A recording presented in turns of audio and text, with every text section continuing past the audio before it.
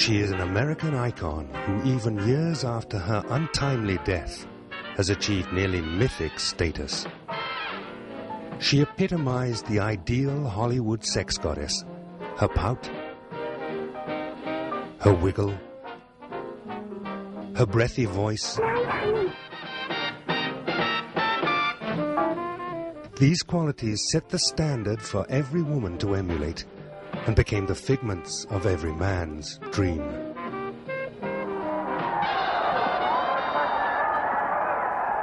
She was born on June the 1st, 1926 in Los Angeles, California. The young beauty Norma Jean Baker survived a difficult and stormy childhood. By the age of 20, she was discovered by an army photographer who asked her to pose for some morale-boosting photographs. Her pin-ups were so popular that other photographers began to take notice, and she was introduced to a modeling agency, where her long brown hair was bleached and shortened.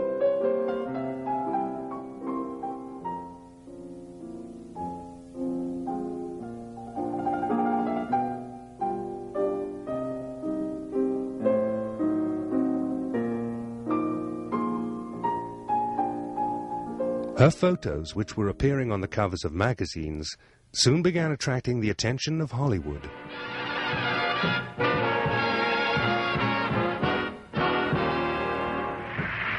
This is the first car I ever owned. I call her Cynthia. She's going to have the best care a car ever had. Put Royal Triton in Cynthia's little tummy. Right, lady.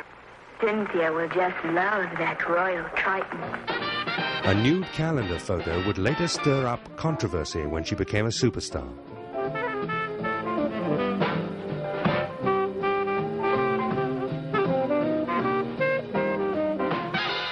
She was given a contract at 20th Century Fox and went through the usual starlet build-up. Cheesecake photos, mentioning gossip columns, poses with celebrities, and she changed her name to Marilyn Monroe. She had, in fact, changed her entire image to become a movie star. She began studying acting at the Actors Lab in Los Angeles and was tutored by famed acting coach Natasha Lytess. In 1948, Columbia gave her a contract and featured her in the musical Ladies of the Chorus, in which she sang her first song. Ladies of the chorus, here to sing and dance for you. Our flirty, flirty eyes will wink in your direction. We will throw you all a kiss that's filled with sweet affection. Anyone can see I love you. Anyone can see I care. The way I hold your hand and smile in your direction tells the world my heart is filled with nothing but affection. Lock me in your arms forever. That's the place I want to be. So anyone can see that I belong to you and you belong to me.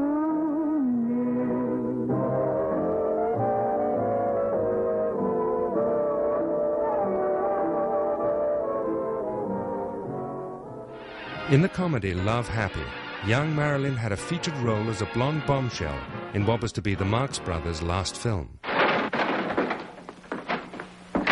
there anything I can do for you? What a ridiculous statement.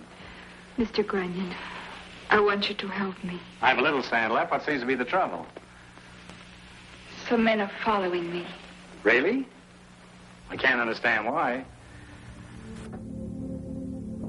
She continued to attract attention and gain popularity, appearing in the film Hometown Story in 1951. Thanks.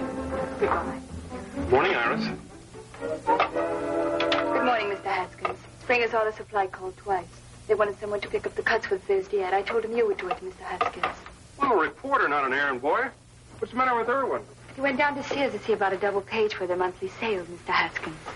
Okay, I'll do it.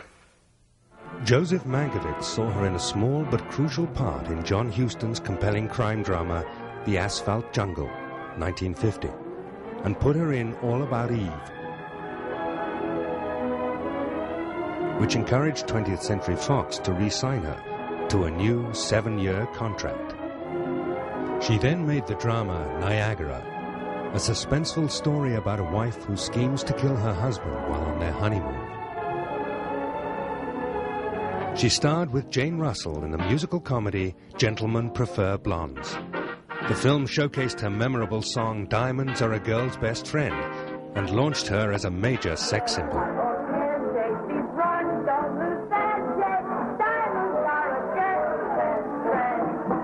On June 16, 1952, she was invited by Grauman's Chinese Theatre to place her handprints and footprints in their cement forecourt, along with Jane Russell.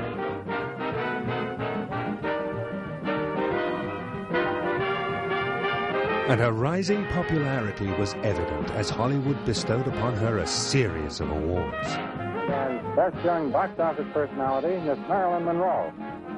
Thank you, Mr. Nichols. Marilyn Monroe, the moviegoers of America, voted you the most popular actress of the year. My congratulations. Thank you, Mr. Sanders. Pride and pleasure I present this citation to you. Thank you. I'd like to present to you the Look Achievement Award as the most outstanding feminine newcomer of 1952. Thank you.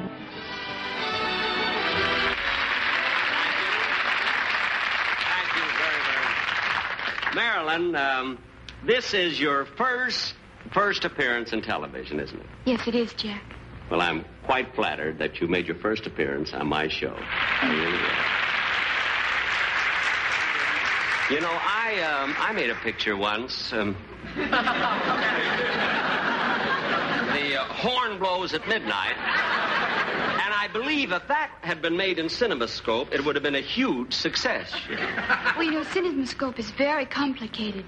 In order to put the big screen in all the theaters, they have to take out a lot of seats. Mm-hmm. Well, in my picture, they could have taken out all of the seats. Jack, What? I don't know why you're always panning The Horn Blows at Midnight. I saw it. You did? Yes. And you don't know why I'm panning it? Did you like it? No.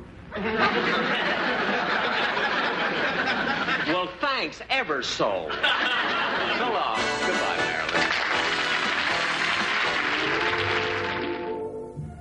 Marilyn. She displayed her comedic talents in the film How to Marry a Millionaire. Co-starring Lauren Bacall and Betty Grable, it's a fun-filled comedy about schemers out to trap wealthy husbands.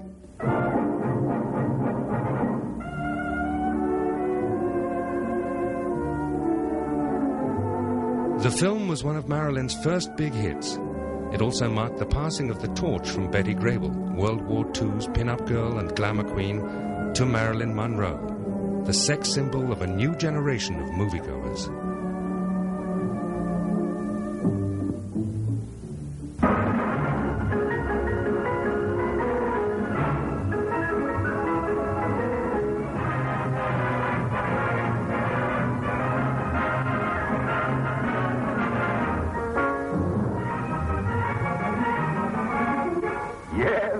Watch the fur fly as the most talked about girls in Hollywood go out loaded for big game.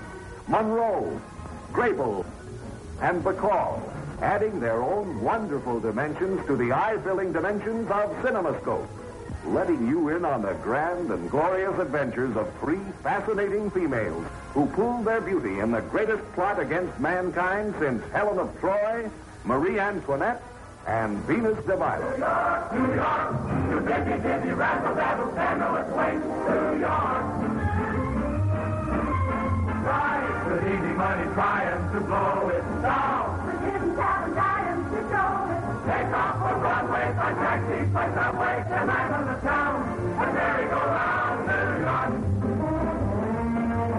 In Central Park, romantic babies and their fellas rendezvous in the dark.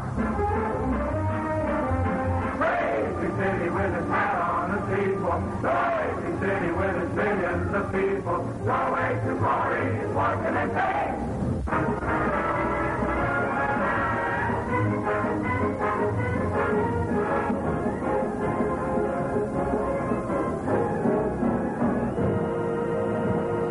That same year, she married Joe DiMaggio, one of the great American heroes of baseball.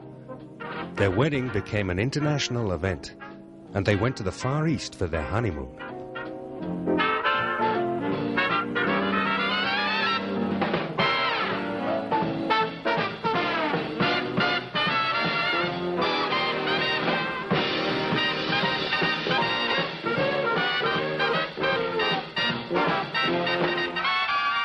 Soon after, she was asked to go on a USO tour of Korea in February to entertain the troops for 4 days.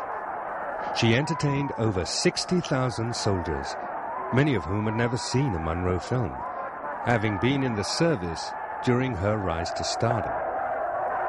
But almost all of them had seen her photos in magazines and newspapers.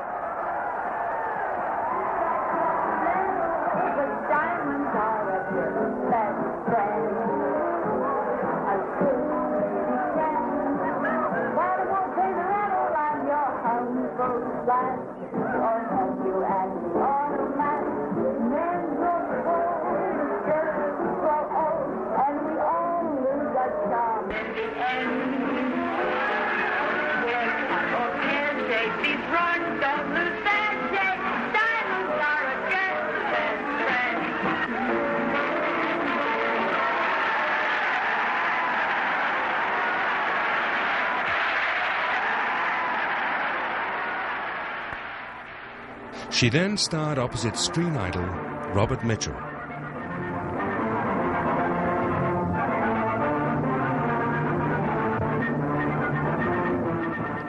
Her singing talents were showcased once again in the enormously successful film River of No Return. These words are fancy fortune, but it's not easy cash. I'm gonna file my claim. I got the fever, ooh, the fever, but not for gold in the ground.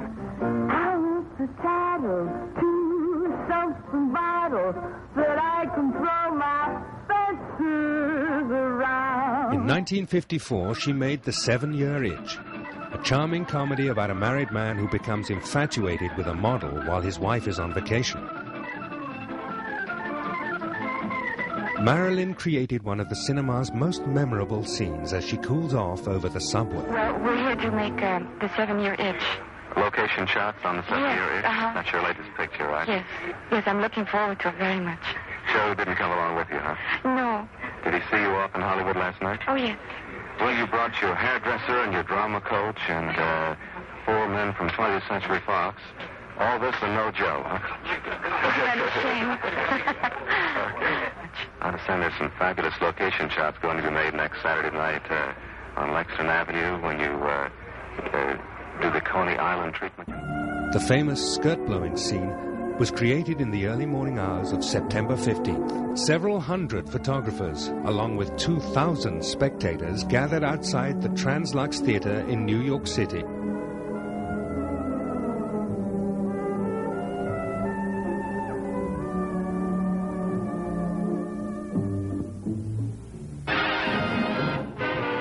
I think it's terrific. Very nice. Some girl. I think it's very nice, but I'd rather it for me.